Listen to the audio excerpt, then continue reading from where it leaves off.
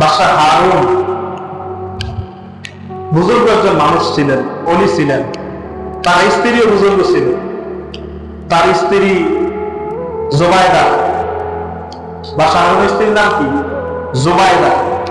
এই জুবাইদা তার খেদমতের জন্য তার মহলের মধ্যে 1000 কোরআনের হাফেজা সেবিকা ছিলেন, তার সেবিকা ছিলেন। সুবহানাল্লাহ, কত বড় বুজুর্গ! সর্ব অবস্থায় 24 ঘন্টায় তার মহল থেকে কোরআনের তেলাওয়াত আসতে থাকে। তো ওই সময় আরেকজন বুজুর্গ ছিলেন, মস্ত বড় বুজুর্গ, হযরত বাহলুল রাহমাতুল্লাহ আলাইহি। মানুষ বাহলুল পাগল বলে, আসলে পাগল বলতে আমরা পাগল বুঝি ওইরকম নালবার পাগল ছিলেন সে।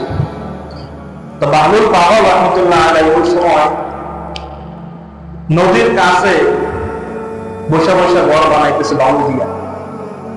তো বাদশাহ হারুন এবং তার স্ত্রী নদীর পাড়ে হাঁটতে গেছে।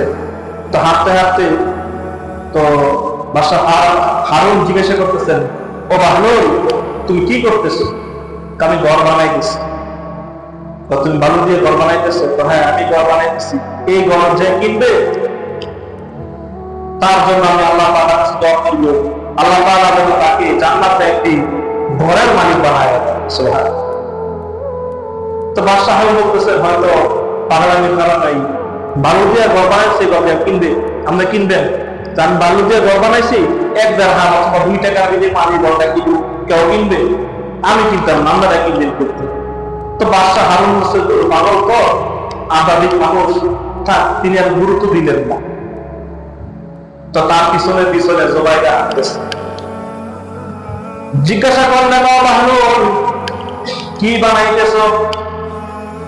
বাহলুল বলতেছেন, ও জুবাইদা, আমি ঘর বানাইতেছি, এই ঘরটা আমি বিক্রি করব। এই ঘরটা যে কিনবে আমি তার জন্য আল্লাহ তাআলার কাছে দোয়া করব, আল্লাহ তাআলা যেন তাকে জান্নাতের মধ্যে একটি ঘরের মালিক বানায় দেয়। জুবাইদা বিশ্বাস করে 1 দিরহামের বিনিময়ে, 1 দিনারের বিনিময়ে ঘরটা বাহলুল থেকে কিনে নিলেন। সুবহানাল্লাহ। তিনি বিশ্বাস করছে যে বাহলুল থেকে আমি 1 দিনারের বিনিময়ে ঘরটা কিনে নিলাম। রাত্রেবেলা আসছিলেন, বাদশাহ হারুন স্বপ্নে দেখতেছেন জান্নাতের মধ্যে তিনি ঘোরাফেরা করতেছেন।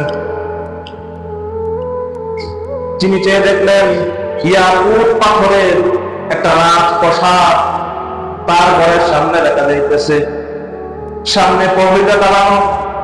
তিনি ঘরের কাছে যাইতে চাইলেন,